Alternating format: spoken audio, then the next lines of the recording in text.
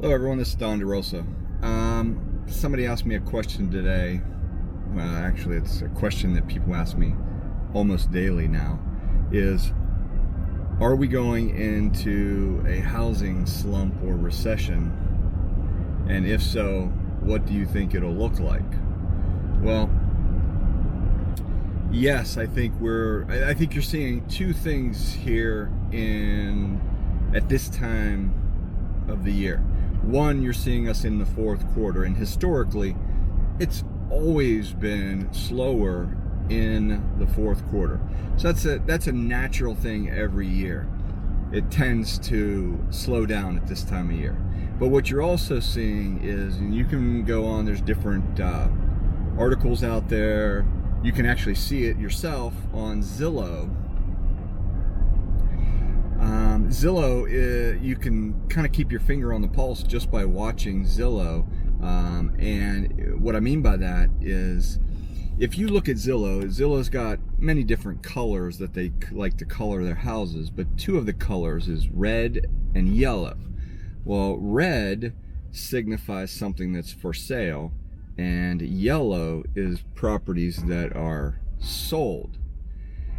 Well, a year ago, you could see a lot more solds, and the few reds that were there, the ones that were for sale, typically were super high priced, and they wouldn't be on the reason you didn't see very many of them is because they turned yellow so fast. They sold very quickly, and they sold for a high price, and that's because we were in a seller's market, meaning the inventory was low with lots of buyers. So the advantage went to the seller. Well, it's like anything else. You know, I always reference it to musical chairs. Well, right now back then the music was playing, and we had more chairs, meaning we had more buyers than we had houses. So the competition was really, really high. Well, now you're starting to see that reverse itself, and you're seeing where you would see in any part of Zillow that you could look at, you're seeing houses that are more of a 50-50 ratio as opposed to 80-20 or 85-15% wise, yellows to reds. Well, now you're seeing a lot higher percentage of houses for sale, and the other thing you need to take note of is the prices are still relatively the same height. It's at the same level, but what you're seeing now is you're seeing properties on the market 60, 90, 120 days, whereas before they weren't. That was unfathomable. And you're also seeing a lot more price cuts. So, don't believe me, or don't trust me, go look for yourself. And in just about any market, just about any area, you're seeing that happening. You're seeing a lot more houses for sale, and you're seeing price cuts, and you're seeing longer days on market. So to answer the question that somebody asked me was, do I see a recession or a dip?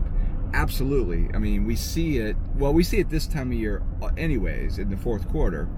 But, you got to understand history as well. I mean, historically speaking, we've been in some kind of housing recession, be it small or major, about every 10 years. And the last one we had was 2008, and guess what? It's 2019. So historically, we're due for that, whether or not, and the government keeps helping that by updating or lowering interest rates, and they keep propping it up, which is okay. And I mean, that's what but the other thing that they're really not telling you, though, is housing prices in this country has gone up so fast and so rapidly, and it's such a pace that it's not keeping up with wages. And everybody says, well, what's the next bubble? What's going to cause that?